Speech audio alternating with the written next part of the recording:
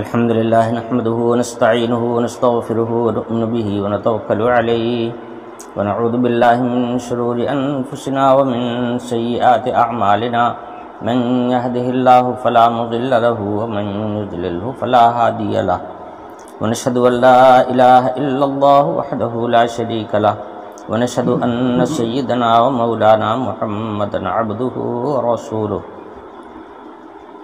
أرسله الله إلى الناس كافة بشيرا ونذيرا وداعيا إلى الله بإذنه وسراجا منيرا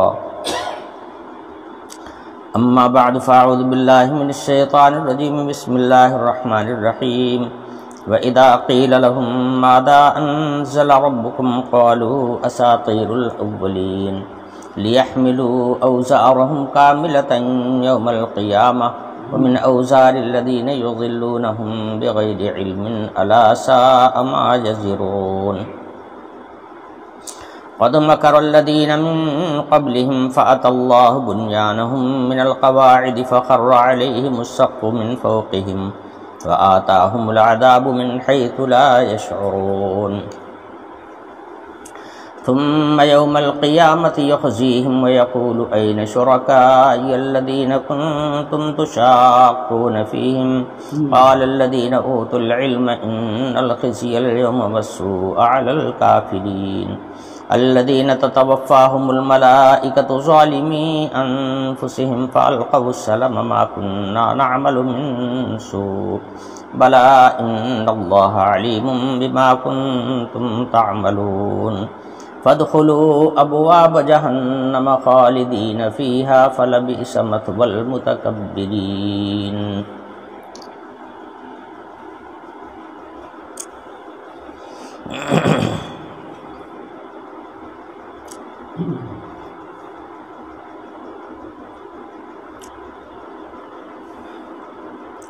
شروع صورت سے اس سے پہلی آیات میں اس بات توحید کا مضمون بیان ہوا تھا، یعنی حق تعالی شانہ کی وحدانیت، ان کا اکیلا ہونا، انہی کا معبود ہونا، انہی کا ساری کائنات کا خالق اور مالک ہونا، اور انہی کا عبادت کے لائق ہونا، یہ سارے مضامین پچھلی آیات میں بیان ہوئے ہیں۔ اور میں نے بتایا تھا کہ اس بات توحید کا مطلب ہے رد شرک کی تردید۔ اگر توحید ثابت ہوگی تو شرک کی تردید ہوگی، شرک رد کیا جائے گا، اس لیے کہ دونوں آپس میں ایک دوسرے کی ضد ہیں۔ اگر شرک آیا توحید ختم ہو گئی، اور توحید قائم ہے تو شرک کی وہاں گنجائش نہیں، دونوں ایک ساتھ جمع نہیں ہو سکتے، اور اللہ کی نظر محبوبیت میں بھی دونوں جمع نہیں ہو سکتے۔ فرمایا گیا ان اللہ لا یغفر ان یشرک بہ وَيَغْفِرُ مَا دُونَ ذَلِكَ لِمَن يَشَاءُ۔ توحید، وحدانیت، یہ حق تعالی شانہ کی صفت خاصہ ہے۔ اگر کوئی آدمی اس کے خلاف اقدام کرے گا تو اللہ کی نگاہ میں مغضوب ہوگا، مبغوض ہوگا۔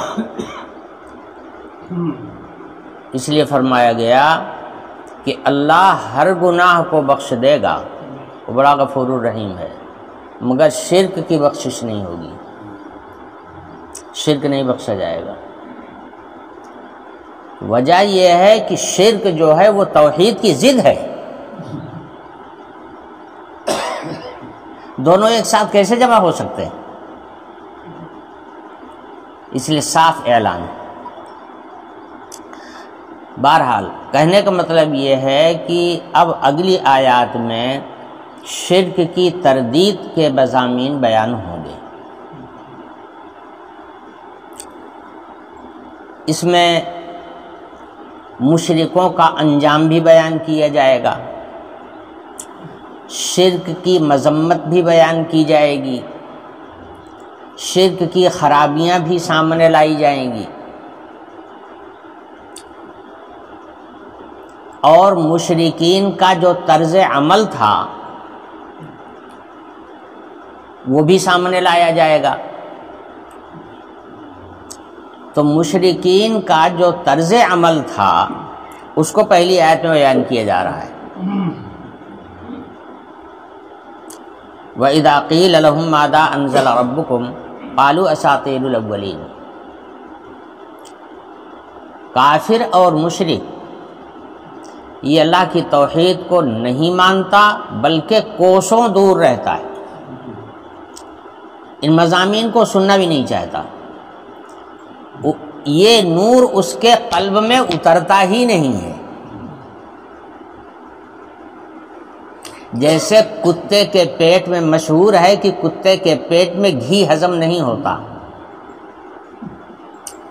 ایسے ہی مشرک اور کافر کے دل میں توحید ہضم نہیں ہوتی، اس کے دل میں یہ توحید اترتی نہیں ہے، لاکھ آپ سمجھانے کی کوشش کریں،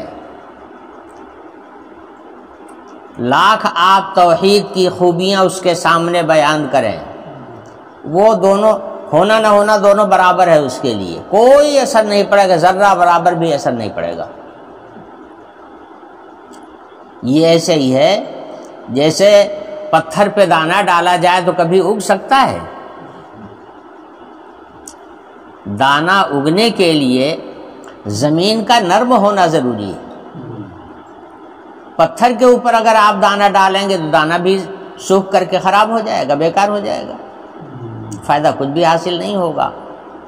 تو مشرکوں کے دل پتھر ہیں، کافروں کے دل پتھر ہیں، ان کے اوپر توحید کا چاہے جتنا بیج آپ ڈالیں گے سب ضائع ہو جائے گا، کوئی فائدہ نہیں ہوگا۔ جب اللہ تعالی ہدایت دیتے ہیں کسی کو تو اس کے قلب کا رجحان دین کی طرف بڑھتا ہے، پھر قرآن سے لگاؤ ہوتا ہے، دین کی باتوں سے دلچسپی ہوتی ہے، ادھر کان لگانے کے لیے وہ اس کے دل میں شوق پیدا ہوتا ہے، دینداروں کے عمل کو وہ دیکھتا ہے، اس طرح سے آہستہ آہستہ آہستہ آہستہ پھر اس کو پوری ہدایت مل جاتی ہے اور صراط مستقیم پر گامزن ہو جاتا ہے۔ سمجھے؟ اچھا، اور اللہ تعالیٰ جب ہدایت اس کے مقدر میں لکھے ہوئے نہیں ہوتے ہیں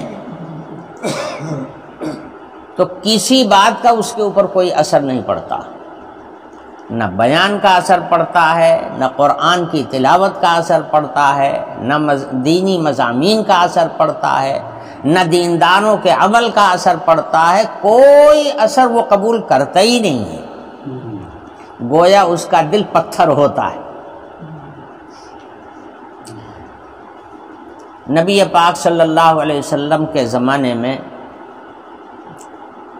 آمنے سامنے کا جو مقابلہ تھا وہ مشرکوں سے ہی تھا، شرک کرنے والے لوگوں سے۔ مشرک حضور اکرم صلی اللہ علیہ وسلم سے نفرت رکھتے تھے، قرآن سے نفرت رکھتے تھے، اس دین سے نفرت رکھتے تھے، اس لیے جب کوئی آدمی سوال کرتا ان مشرکوں سے حضور اکرم صلی اللہ علیہ وسلم کے متعلق کہ یہ کیسے ہیں، یہ جو دین پیش کر رہے ہیں لوگوں کے سامنے یہ دین کیسا ہے، یہ جو قرآن کی آیتیں سناتے ہیں یہ کیا چیز ہے، اس کا لوگ ایک دوسرے سے سوال کرتے تھے۔ دیکھیے جب کوئی چیز سامنے آتی ہے تو اس کا چرچا چلتا ہے، چاہے ماننے والے ہوں چاہے ماننے والے نہ ہوں، مگر چرچا ہر جگہ ہوتا ہے۔ تو حج کے زمانے میں چونکہ حج کرنے کے لیے ہر طرح کے لوگ حرم شریف آتے تھے اور ارکان حج ادا کرتے تھے، اس میں کافر، مشرک، مومن اس کی کوئی قید نہیں تھی۔ حج کرنا ایک عبادت تھا، اس عبادت کو سبھی لوگ عبادت سمجھتے تھے اور حج کے لیے لوگ آیا کرتے تھے۔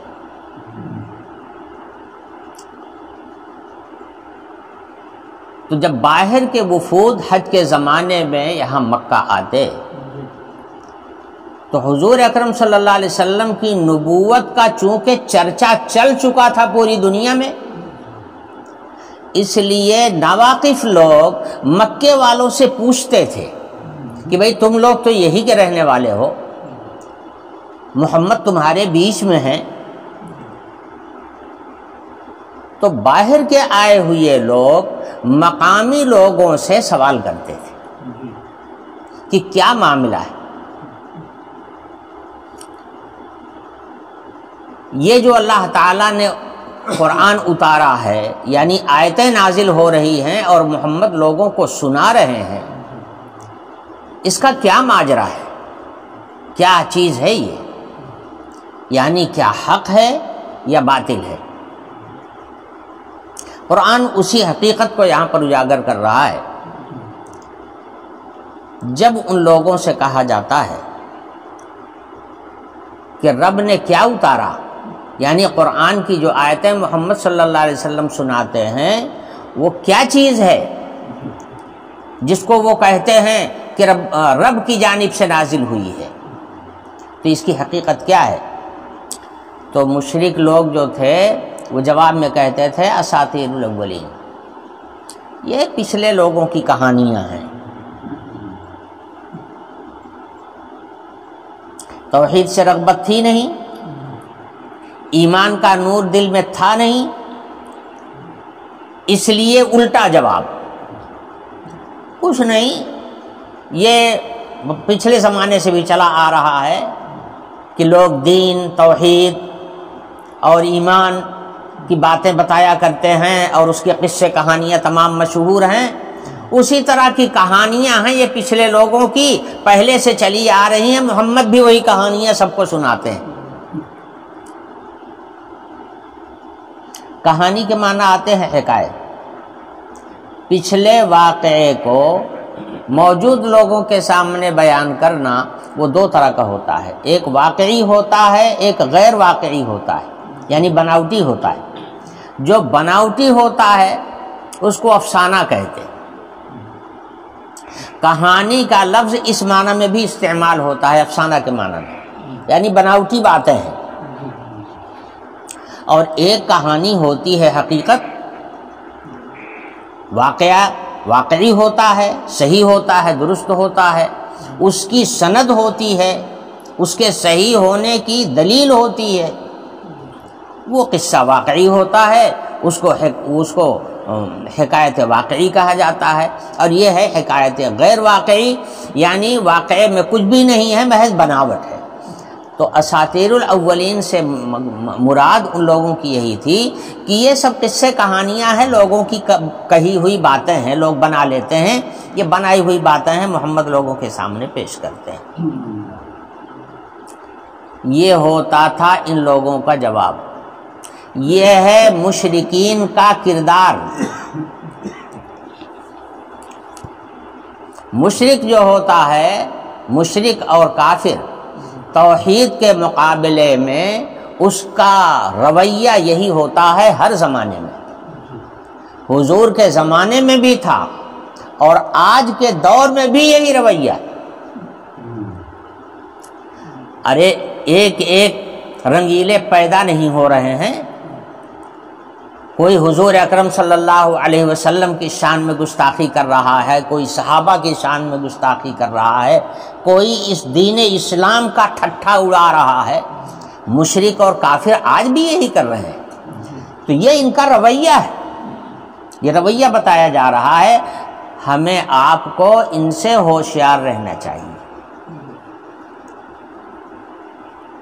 آگاہ رہنا چاہیے کہ ان کا کردار ہمارے موافق نہیں ہو سکتا جب تک کہ اللہ تعالیٰ ان کو ہدایت نہیں دے دیں گے، ان کا کردار ہمارے خلاف ہی رہے گا، یہ سمجھ کے چلنا چاہیے۔ حق تعالیٰ شانہ ارشاد فرماتے ہیں اس کا انجام کیا ہوگا؟ لِيَحْمِلُوا أَوْزَارَهُمْ كَامِلَةً يَوْمَ الْقِيَامَةِ وَمِنْ أَوْزَارِ الَّذِينَ يُضِلُّونَهُمْ بِغَيْرِ عِلْمٍ أَلَا سَاءَ مَا يَزِرُونَ۔ انجام اس کا یہ ہوگا کہ یہ اپنے گناہوں کا بوجھ بھی اٹھائیں گے، اپنے کفر و شرک کا بوجھ بھی یہ پورا کا پورا اٹھائیں گے، اور جن لوگوں کو یہ قرآن سے اور اس دین سے بدظن کر کے دین سے دور کر رہے ہیں، گویا ان کی گمراہی کا سبب بن رہے ہیں،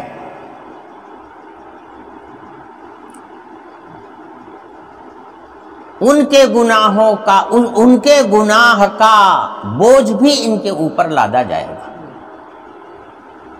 تو اپنا بوجھ بھی اٹھائیں گے، اور جن لوگوں کو یہ گمراہ کر رہے ہیں ان کے بھی گناہوں کا کچھ نہ کچھ بوجھ ان کے اوپر لدے گا۔ وجہ یہ ہے، ایک حدیث ہے، من دعا الی ھدی کان لہ من الاجر مثل اجور من تبعہ لا ينقص ذلك من اجورهم شیئا ومن دعا الی ضلالۃ کان علیہ من الاثم مثل آثام من تبعہ لا ينقص ذلك من آثامهم شیئا، او کما قال علیہ الصلوۃ والسلام۔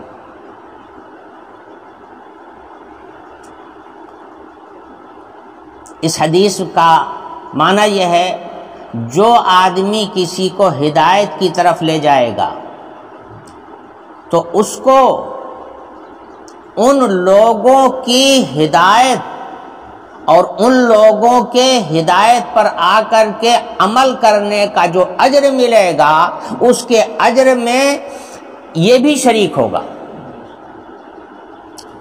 یعنی جو آدمی کسی کی ہدایت کا سبب بنے گا تو ہدایت یافتہ آدمی کے عمل کا جو اجر و ثواب ہے وہ تو اس کو ملے گا ہی، لیکن جو آدمی ذریعہ بنا ہے اس کی ہدایت کا، اس ذریعہ بننے کی وجہ سے اس کو بھی اس کا اجر ملے گا، اور جو عمل کرنے والا ہے، جو ہدایت یافتہ ہے، اس کے اجر میں سے کاٹ کے نہیں دیا جائے گا، اس کو پورا پورا اجر ملے گا، اور اس کو اوپر سے ملے گا۔ جیسے آپ کا کوئی بڑا کام ہو، کوئی آدمی اس کو کر دے، انجام تک اس کو پہنچا دے، تو ایک تو اس کا جو خرچ ہے وہ تو آپ کو دینا ہی دینا ہے، جو اس نے خرچ کیا ہے، آیا ہے، گیا ہے، وہ خرچ تو دینا ہی پڑے گا، وہ تو دیں گے ہی آپ، لیکن اوپر سے کچھ انعام بھی دے دیتے ہیں کہ چونکہ ہمارا یہ بڑا کام تھا اور آپ نے اس کو انجام دیا ہے تو یہ تو آپ کا خرچ ہے، لیکن اوپر سے لیجئے یہ انعام۔ تو خرچ میں کوئی کمی نہیں کی گئی، اس کی مزدوری میں کوئی کمی نہیں کی گئی، اس کی اجرت میں کوئی کمی نہیں کی گئی، اوپر سے انعام بڑھا کر کے دیا گیا۔ تو ایسے ہی جو آدمی کسی کی ہدایت کا ذریعہ بنے گا، اس ہدایت پانے والے کے اجر و ثواب کا اجر تو اس کو پورا کا پورا ملے گا ہی، لیکن جو اس کے لیے ذریعہ بنا ہے اس کو بھی حق تعالی شانہ اجر عطا فرمائیں گے۔ تو یہ تو نیکی میں ہوا، یہی حال بعین ہی گمراہی کا بھی ہے۔ جو آدمی کسی آدمی کے گمراہ ہونے کا سبب بنے گا، یعنی اس کو گمراہی کا راستہ دکھائے گا، گمراہی کی طرف لے جائے گا، لوگوں کے دلوں میں حق کی جانب سے شکوک و شبہات پیدا کرے گا، شکوک و شبہات پیدا کرنے سے آدمی کے دل میں تردد پیدا ہو جاتا ہے. کتنی ہی سچی بات ہو، ایک آدمی اگر اس کے خلاف کہہ دے تو آدمی تھوڑی دیر کے لیے سوچنے لگتا ہے کہیں ایسا تو نہیں ہے کہ میں ہی غلطی پر ہوں، ہو سکتا ہے یہی صحیح کہہ رہا ہو.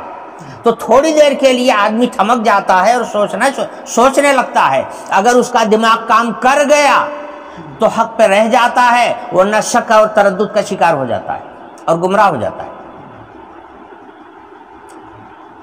تو یہی حال بعین ہی ضلالت اور گمراہی کا بھی ہے. جو آدمی لوگوں کے سامنے دین کے اندر شک اور شبہ کی بات کرے گا، اس کے اندر اعتراضات پیدا کرے گا اور اس کی برائیاں نکال کر کے نکالے گا. کیا برائی تو ہے ہی نہیں ہے، برائی اپنی جانب سے بنائے گا. برائی اپنی جانب سے بنائے گا. اب اپنی جانب سے بنانا کیا ہے؟ ایک غیر مسلم کا بیان ابھی چند شاید مہینہ ہوا ہوگا، مہینہ پہلے آیا تھا. اس نے حضور اکرم صلی اللہ علیہ وسلم پر گستاخانہ حملے کیے، گستاخی کی حضور کی شان میں. تو اس نے حضرت کی سوانح کسی کتاب میں دیکھا ہوگا، تو اس نے سب سے بڑا اعتراض یہ کیا تھا کہ محمد جو تھے وہ عورتوں پر فریفتہ تھے. انہوں نے 6 سال کی لڑکی سے نکاح کر لیا تھا. اب بتائیے 6 سال کی لڑکی سے کیا 3 سال کی لڑکی سے بھی تو نکاح ہو سکتا ہے. رخصتی کب ہوئی تھی وہ دیکھو. رخصتی کی بات نہیں لایا کہ رخصتی کب ہوئی، بات یہ لایا کہ 6 سال کی لڑکی سے نکاح کیا تھا. عرب میں چھوٹی بچیوں کا بھی نکاح ولی لوگ کر دیا کرتے تھے اور وہاں رواج اب بھی ہے. بچیاں چھوٹی ہی ہیں اور کوئی رشتہ سمجھ میں ان کی پسند آ گیا، کوئی خاندان پسند آ گیا تو رشتہ وہ بچپن ہی میں کر دیا کرتے تھے، مگر رخصتی ہوتی تھی عمر پوری ہونے کے بعد. اور جائز ہے، آج بھی ہو سکتا ہے. بچپن میں نکاح، نابالغی میں نکاح کیا جا سکتا ہے، مگر رخصتی ہوگی عمر پوری ہونے کے بعد. تو اس ظالم نے اس بات کو کسی کے سامنے اجاگر نہیں کیا کہ رخصتی کب ہوئی تھی. بات یہ لیا اس نے کہ 6 سال کی لڑکی سے نکاح کر لیا تھا. اس کو اس نے اعتراض کی شکل میں پیش کیا. اب ظاہر ہے کہ جو آدمی حضور اکرم صلی اللہ علیہ وسلم کی سیرت سے واقف نہیں ہوگا، جس کے پاس دین کا علم نہیں ہوگا، نبی پاک صلی اللہ علیہ وسلم کی زندگی کا علم اس کے پاس نہیں ہوگا، وہ تو شک میں پڑ جائے گا. ہم محمد صلی اللہ علیہ وسلم جو اللہ کے نبی کہلاتے ہیں، جو پیغمبر کہلاتے ہیں، ان کا یہ حال تھا. یہی سوچ کر کے آدمی گمراہ ہو جائے گا. اور اس کا مقصد غیر مسلموں کو ان کی گمراہی پر مضبوط کرنا ہے. اس قسم کی باتیں لا کر کے وہ غیر مسلموں کو پکا کرتا ہے کہ تم اپنے کفر پر قائم رہو، کہیں اسلام کی طرف نہ جھک جانا، دیکھو اسلام کے اندر یہ خرابی ہے. تو یہ خرابی نہیں تھی، اس نے گڑھ کر کے اس کو لوگوں کے سامنے خرابی بنا کر کے پیش کیا. یہ میں کہہ رہا ہوں کہ دین کے اندر خامیاں نکالنا اپنی جان، دین کے اندر کوئی خامی نہیں ہے، یہ بالکل شدھ ہے، نپا تلا ہوا ہے، تحقیق شدہ ہے، خوب چھانا پچھوڑا ہوا ہے. بعد کے آنے والے بڑے بڑے عقل مندوں نے اس کو خوب چھان پچھوڑ کر کے دیکھا ہے. یہ اللہ کا کلام ہے، رسول کی زبان ہے، اس میں غلطی کا امکان نہیں ہے، اس میں گمراہی کا کوئی راستہ ہی نہیں ہے، کسی غلط چیز کے آنے کا کوئی راستہ نہیں ہے دین کے اندر۔ قرآن میں صاف اعلان ہے، لا یأتیہ الباطل من بین یدیہ ولا من خلفہ تنزیل من حکیم حمید۔ یہ اللہ پاک کا نازل کیا ہوا ہے، باطل اس کے اندر گھس نہیں سکتا، نہ سامنے سے اور نہ پیچھے سے، کوئی راستہ نہیں ہے باطل کے اس کے اندر گھسنے کا۔ اب لوگ جو اس کی تصویر کشی کرتے ہیں وہ اپنی جانب سے ایسے اس میں ایسی موشگافیاں کرتے ہیں اور ایسی باتیں لاتے ہیں جو ان کے اپنے من کی ہوتی اس کی وہ لوگوں کی گمراہی کا سبب بنتا ہے۔ بہرحال اس آیت سے ایک بات معلوم ہو گئی، جو آدمی کسی کی ہدایت کا سبب بنے گا اس کی ہدایت کی وجہ سے اس کو بھی اس سبب بننے کا اجر و ثواب ملے گا، خالی نہیں رہے گا۔ اور جو آدمی کسی کی گمراہی کا سبب بنے گا تو جو گمراہ ہے وہ تو ہے ہی ہے، یہ جو ذریعہ بن رہا ہے اس کی گمراہی کا، اس کو بھی اس کے گناہوں میں سے شامل کیا جائے گا، اس کے گناہ میں کوئی نہیں کمی ہوگی اور اس کو اوپر سے گناہ ملے گا، اور اسی کو وزر کہا گیا ہے، بوجھ کہا گیا ہے۔ یہ بوجھ کھلے گا کل قیامت کے دن کہ گناہ کا بوجھ کیسا ہوتا ہے۔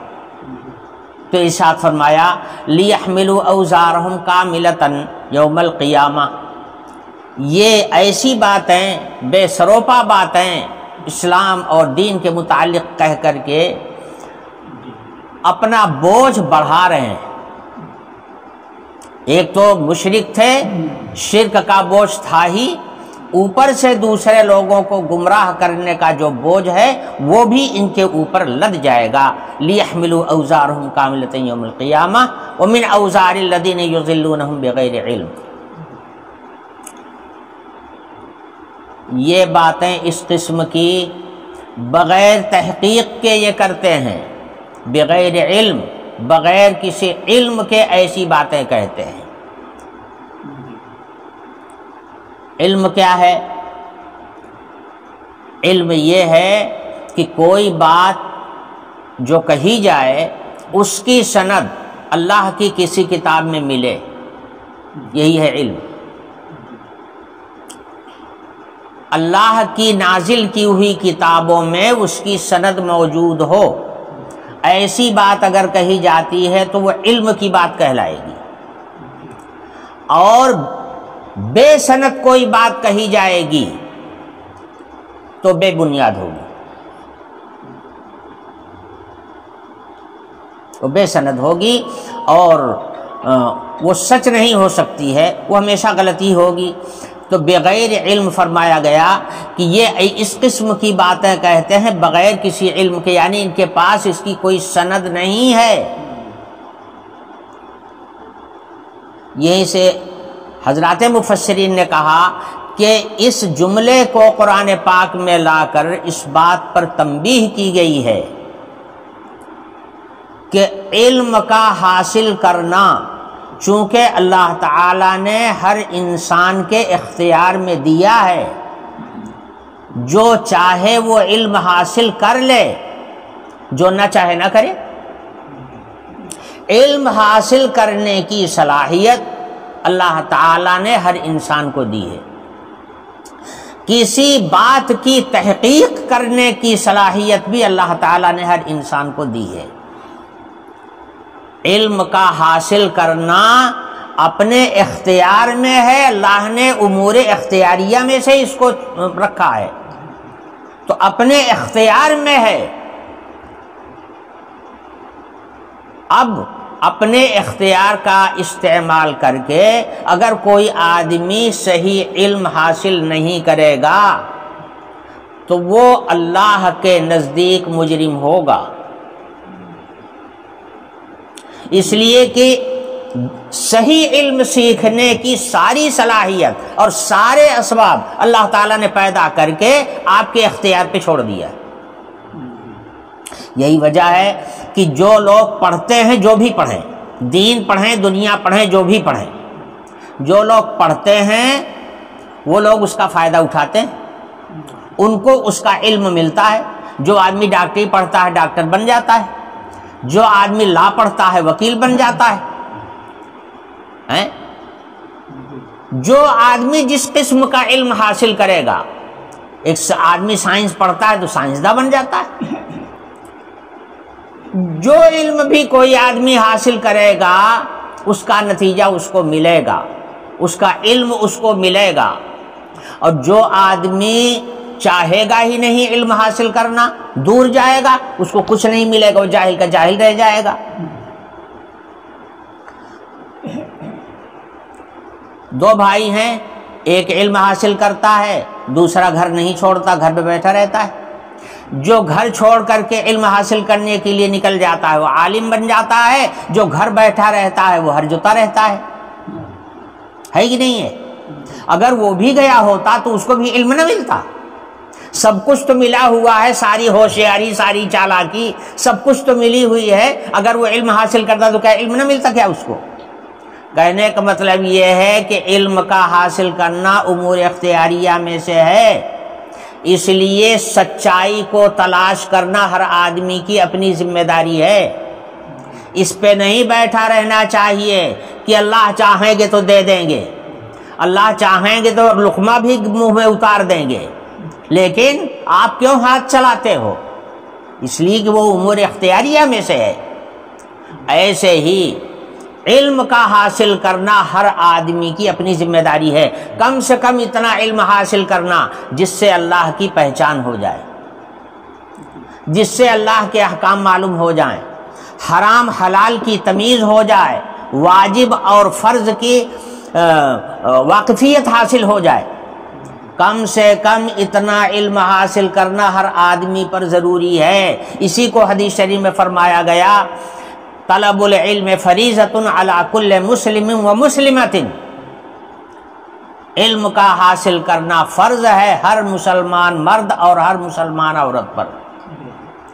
تو اس علم کا مطلب یہ نہیں ہے کہ کسی دارالعلوم میں داخلہ لے کر کے عالم بن جائے، اس علم کا مطلب یہی ہے، اس کا خلاصہ یہی ہے، اللہ کی پہچان ہو جائے، اللہ کا رستہ، دین کی سمجھ پیدا ہو جائے، حرام حلال کی تمیز ہو جائے، فرائض اور واجبات کو آدمی جاننے لگے، اور اتنا علم سیکھنا نہایت آسان ہے۔ آپ کسی مدرسے میں مت جائیے، آپ کسی مکتب میں مت جائیے، کسی اسکول میں داخلہ مت لیجیے۔ کتنے لوگ یہیں بیٹھے ہوئے ہیں، کہیں نہیں گئے، صرف یہیں بیٹھے، آج الحمدللہ ان کے پاس علم کا اچھا خاصا ذخیرہ موجود ہے۔ دینداری ہی نہیں ہے، دوسروں کو دینداری کی بات بھی بتانے کی صلاحیت پیدا ہو گئی ہے۔ تو اتنا علم حاصل کرنا ہر ایک پر فرض ہے۔ کل قیامت کے دن یہ کہہ کر کے چھٹکارا نہیں ملے گا کہ کیا بتائیں میرے پاس علم نہیں تھا۔ اللہ پاک ہم اس بات کو جانتے نہیں تھے، یہ کہنے سے چھٹکارا نہیں ملے گا۔ لاک ڈاؤن کا اعلان ہو گیا، شہرت ہو گئی، کوئی کہنے نہیں آیا، اعلان کرنے والا آپ کے گھر نہیں آیا تھا، اعلان کر رہا ہے وہ تھانے میں بیٹھ کر، اعلان کر رہا ہے وہ بازار کے اندر، مگر چرچا اس کا ہر جگہ پہنچ جاتا ہے۔ اب اگر کوئی آدمی لاک ڈاؤن میں بازار جائے گا، سڑک پہ گھومے گا، تو پولیس والا لے کے لاٹھی مارے گا، 2 لاٹھی، اور کہے گا یہاں کیوں آئے؟ اگر آپ کہیں گے ہاں صاحب ہم کو معلوم نہیں تھا، چھوڑے گا؟ کبھی نہیں چھوڑے گا۔ وہ کہے گا کہ جو چیز جاری ہو گئی اس کا جاننا تمہاری ذمہ داری، تمہاری ذمہ داری ہے تو کہ تم خود جانو کہ لاک ڈاؤن لگا ہوا۔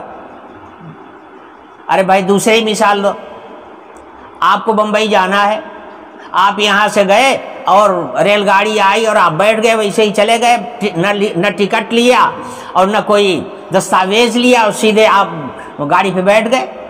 راستے میں جب ٹی ٹی آپ کو ملے گا اور آپ سے پوچھے گا کہ ٹکٹ دکھاؤ، آپ کہتے صاحب ٹکٹ کیا چیز ہے، ہم تو جانتے ہی نہیں ہیں، وہ پکڑ کے اسی وقت لے جا کے جیل میں بند کر دے گا۔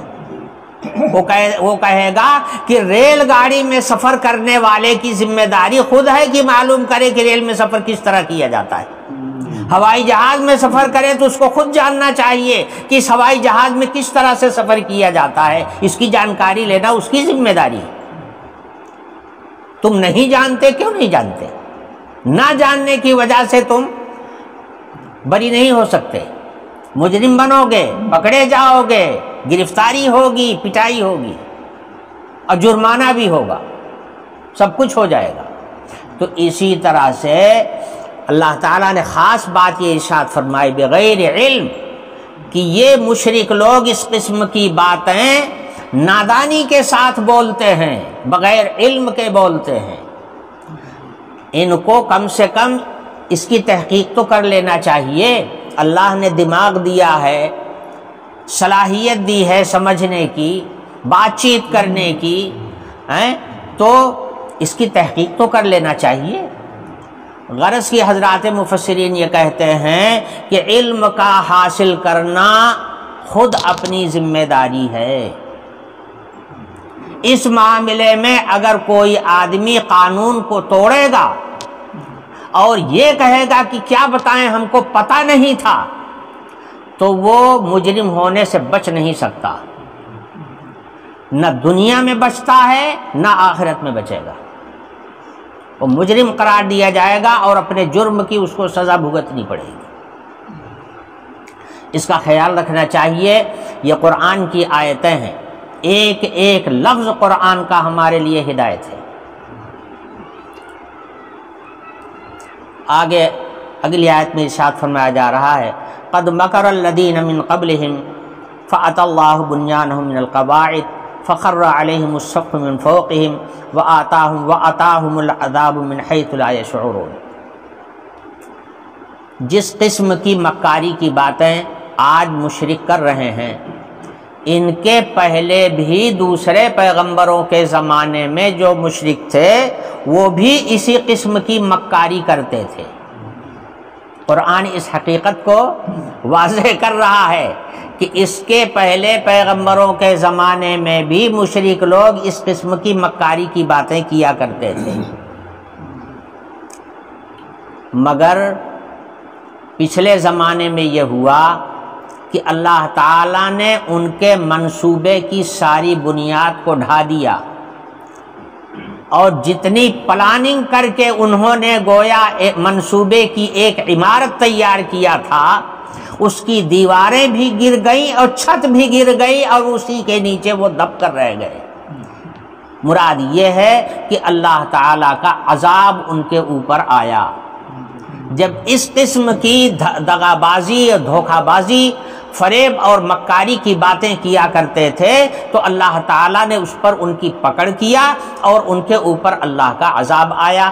یہ تمثیل ہے اس بات کی، جیسے کوئی آدمی ایک عمارت بنائے اور اس کے اوپر چھت ڈالے اور خود اس کے اندر رہنے لگے، اور آ جائے کوئی آفت اللہ کی جانب سے، دیواریں گر پڑیں اور اوپر سے چھت بھی گر پڑے، تو جتنے لوگ اس کے اندر ہوں گے وہ سارے کے سارے دب کر مر جائیں گے۔ یہ ایک تمثیل ہے، بعض مفسرین نے اس کو صرف تمثیل قرار دیا ہے۔ بعض مفسرین نے یہ کہا ہے کہ یہ ایک واقعے کی طرف اشارہ ہے۔ واقعہ یہ ہے کہ حضرت ابراہیم علیہ السلام سے نمرود نے جو حجت بازی کیا تھا اللہ تعالیٰ کے وجود کے سلسلے میں، اور حضرت ابراہیم علیہ السلام کو کڑی سے کڑی سزا بھی اس نے دیا تھا، پریشان کیا تھا، اور بذات خود بڑا طاقتور تھا نمرود جو ہے ان بادشاہوں میں سے ہے جس کی حکومت پوری دنیا پر تھی۔ 4 بادشاہ ایسے گزرے ہیں جن کی حکومت پوری دنیا پر رہی ہے، تو نمرود انہی میں سے ہے۔ خدائی کے دعوے دار ہوئے ہیں، 2 مسلم تھے 2 غیر مسلم، جو غیر مسلم تھے وہ خدائی کے دعوے دار ہو گئے۔ پوری دنیا پر جب حکومت ہوئی تو کہنے لگے کہ خدا ہم، مگر جو مومن تھے انہوں نے خدائی کا دعویٰ نہیں کیا۔ تو نمرود نے حضرت ابراہیم علیہ السلام سے اللہ تعالیٰ کے وجود کے سلسلے میں حجت بازی کیا تھا۔ قرآن نے ایک واقعہ خود ہی بیان کیا ہے، الم تر الی الذی حاج ابراہیم فی ربہ ان آتاہ اللہ الملک اذ قال ابراہیم ربی الذی یحیی ویمیت۔ حضرت ابراہیم علیہ السلام نے نمرود کے سامنے کہا کہ میرا رب وہ ہے جو مارتا اور جلاتا ہے۔ جب نمرود نے پوچھا کہ تمہارا رب کرتا کیا ہے، تو حضرت ابراہیم علیہ السلام کے اوپر اللہ تعالیٰ کی جانب سے وحی آئی، سنا دیا کہ اب میرا رب جو ہے وہ زندگی دیتا ہے اور موت عطا کرتا ہے، زندگی بھی عطا کرتا ہے اور موت کے گھاٹ بھی اتارتا ہے، یہ کام اسی کا ہے۔ تو نمرود نے کہا کہ یہ کام تو میں بھی کرتا ہوں مارنا جلانا تو میرا بھی کام ہے، جس کو چاہوں ابھی مار دوں، قتل کر دوں، مر جائے گا، اور جسے چاہوں چھوڑ دوں زندہ رہے گا۔ اس نے زندگی دینا اسی کو سمجھا کہ چھوڑ دیا زندہ ہے، حالانکہ زندگی دینا اس کا نام نہیں ہے۔ زندگی دینا خلق ہے، اور تخلیق کے معنی آتے ہیں عدم سے وجود بخشنا۔ تو تم نے کس کو پیدا کیا تھا آج تک جس کو زندگی دے رہے ہو؟ تم تو ایک زندہ آدمی کو زندہ رہنے دے رہے ہو، اتنا کہہ سکتے ہو۔ زندگی تم نے کہاں دیا؟ تو یہ بے عقلی کی بات تھی، بے سند بات تھی۔ اس نے کہا کہ یہ کام تو میں بھی کرتا ہوں، انا احیی و امید۔ حضرت ابراہیم علیہ السلام نے کہا اچھا کوڑ مغز، جب تو اسی کو زندگی سمجھ رہا ہے، زندگی دینا، تو سن، میرا رب وہ ہے جو سورج کو پورب سے نکالتا ہے پچھم میں ڈباتا ہے۔ اگر تو خدا ہے تو پچھم سے نکال کے پورب میں ڈبا دے۔ قرآن کہتا ہے فَبُہِتَ الَّذِي كَفَرَ۔ حضرت ابراہیم علیہ السلام کی زبان سے یہ کلمات اس انداز سے نکلے تھے کہ نمرود حیران ہو گیا۔ یہاں ایک بات بتاؤں میں، ایک آدمی کوئی سوال کرتا ہے اس لیے کہ اس کی حقیقت کو سمجھے، اس کے سوال اور جواب کا انداز دوسرا ہوتا ہے۔ اس کے سامنے کوئی معقول بات آتی ہے تو وہ خاموش ہو جاتا ہے، اور ایک آدمی کٹ حجتی کرتا ہے صرف اپنی بات کو اوپر کرنے کے لیے، سچائی کو جاننا اس کا مقصد ہوتا ہی نہیں ہے۔ ایسا آدمی ہر سوال کا جواب الٹا سیدھا دیتا رہتا ہے۔ اب دیکھیے، حضرت ابراہیم علیہ السلام نے کہا کہ میرا رب وہ ہے جو سورج کو پورب سے نکال کے پچھم میں ڈباتا ہے۔ اگر تو خدائی کا دعوے دار ہے تو پچھم سے نکال کے پورب میں ڈبا کے دکھا دے۔ قرآن کہتا ہے فَبُہِتَ الَّذِي كَفَرَ۔ نمرود جو ہے وہ حیران رہ گیا اس جواب پر، اس سے جواب بن نہیں پڑا، حالانکہ اس کا جواب تھا۔ اور آج کا زمانہ کٹ حجتی کا زمانہ، اور یعنی زبردستی اپنی بات منوانے کا دور جیسے آج کا دور ہے، یہ ہوتا 1000 بات اس میں پیدا کر سکتا تھا۔ وہ آخر نمرود کیا یہ نہیں کہہ سکتا تھا کہ وہ تو میں سورج کو نکالتا ہوں، پچھم میں لے جاتا ہوں اور پچھم میں ڈباتا ہوں، یہ کام تو میں کرتا ہوں، تم اپنے خدا سے کہہ دو کہ پورب سے پچھم کر دے۔ کہہ سکتا تھا نا، آج کا اگر کٹ حجت ہوتا تو ضرور یہ بات کہہ دیتا، لیکن نمرود نے ایسی بات نہیں کہی۔ کیوں؟ وجہ یہ ہے کہ نمرود جو سوالات کر رہا تھا حضرت ابراہیم علیہ السلام سے، اس سچائی کی تلاش میں کر رہا تھا، اس سچائی کو سمجھنا چاہ رہا تھا، اس لیے اس نے ایسی بات کہی تھی، ورنہ اس میں حیرانی کی کوئی بڑی بات نہیں تھی۔ حیران اس لیے ہوا کہ ایک سچائی اس کے سامنے آئی، جانتا تھا کہ میں کیا کر سکتا ہوں سورج میں نہ نکال سکتا ہوں، نہ ڈبا سکتا ہوں، نہ اس کو روک سکتا ہوں، نہ اس کو چلا سکتا ہوں، یہ حقیقت ہے جس کو میں جانتا ہوں۔ تو پھر آخر ابراہیم علیہ السلام کی بات کا کیا جواب ہے ہمارے پاس؟ تو کٹ حجتی مقصد نہیں تھی، بلکہ حقیقت معلوم کرنا، تحقیق جس کو کہتے ہیں، تحقیق مقصود تھی۔ اور تحقیق کرنے والا آدمی جو ہوتا ہے، جب معقول بات اس کے سامنے آتی ہے تو اس کے سامنے سر جھک جاتا ہے۔ اس وقت کے نمرود میں اور آج کے فرعونوں میں یہی فرق ہے۔ آج کے جو فرعون ہیں یہ کٹ حجت ہیں، حقیقت معلوم کرنے کے لیے سوال نہیں کرتے، یہ اپنی بات منوانے کے لیے کرتے ہیں۔ اور نمرود ان سے کہیں بہتر تھا کہ جو سوالات کرتا تھا حقیقت معلوم کرنے کے لیے کرتا تھا۔ جب حضرت ابراہیم علیہ السلام نے کہا، اس نے پوچھا کہ خدا کہاں ہے، تو حضرت ابراہیم علیہ السلام نے اشارہ کیا کہ اوپر ہے، وہ سب سے اونچا ہے، اوپر ہے۔ ہم سے بھی اگر کوئی کہے، آپ سے کوئی پوچھے تو آپ کہیں گے نا اوپر ہے، ساری دنیا کہتی ہے اوپر ہے۔ حضرت ابراہیم علیہ السلام اس نے کہا اچھا اگر وہ اوپر ہے تو ہم اوپر جاتے ہیں۔ لکھا ہے مفسرین نے کہ اس نے بابل میں ایک عمارت بنوانا شروع کیا، اتنی عالی شان عمارت اس نے بنوایا اور اتنی اونچی تھی 5000 ہاتھ، اور اس وقت جو ہاتھ چلتا تھا یہ چلتا تھا۔ اب سوچیے آپ کتنی اونچی عمارت رہی ہوگی۔ اس نے کہا کہ اگر خدا آسمان میں ہے تو میں آسمان تک جاتا ہوں، اس لیے بنایا تھا اس عمارت کو۔